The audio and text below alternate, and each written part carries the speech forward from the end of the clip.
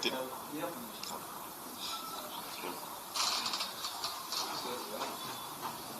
ಈಗ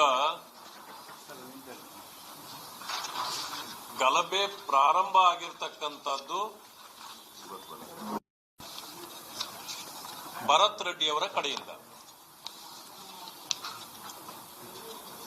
ಜನಾರ್ದನ್ ರೆಡ್ಡಿ ಅವರ ಮನೆಯ ಕಾಂಪೌಂಡ್ಗೆ ಹೋಗಿ ಇವರು ಹಾಕಿದಾಗ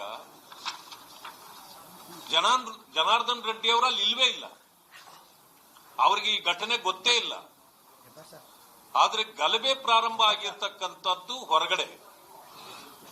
ಇದು ಮುಂದುವರಿಬಾರದು ಅಂತೇಳಿ ಶ್ರೀರಾಮುಲು ಅವರು ಬಂದು ಅಲ್ಲಿ ಕೇಳಿರೋದು. ಅದನ್ನ ಪೊಲೀಸ್ನವ್ರಿಗೆ ಕಂಪ್ಲೇಂಟ್ ಕೊಟ್ಟ ಮೇಲೆ ಬ್ಯಾನರ್ ಅನ್ನ ತೆರವುಗೊಳಿಸಿರೋದು ಪೊಲೀಸ್ನವರು ಮಾಡಿದ್ದು, ತೆರವುಗೊಳಿಸಿದ್ದು.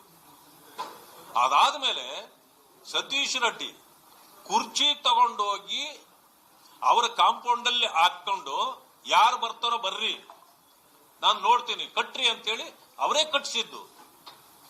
ಇದು ದುಂಡಾವರ್ತಿ ಅಲ್ವಾ? ಇದು ಮಾಡಿದ ಮೇಲೆ ಅಲ್ಲಿನ ಶಾಸಕರ ಸಪೋರ್ಟರ್ಸ್ ಎಲ್ಲ ಮಾಡಿದ ಮೇಲೆ ವಿಕೋಪಕ್ಕೆ ಹೋಗಿದೆ.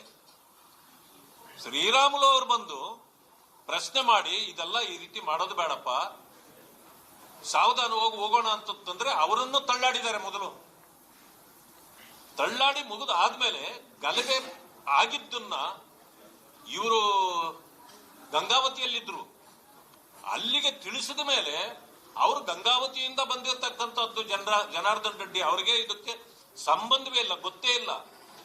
ಅಂದ್ರೆ ಇದು ಪೂರ್ವ ನಿಯೋಜಿತ ಗಲಭೆ ಮಾಡ್ಲಿಕ್ಕೇನೆ ಪ್ರಾರಂಭ ಮಾಡ್ಕೊಂಡಿದ್ದು. ಯಾಕೆಂತಂದ್ರೆ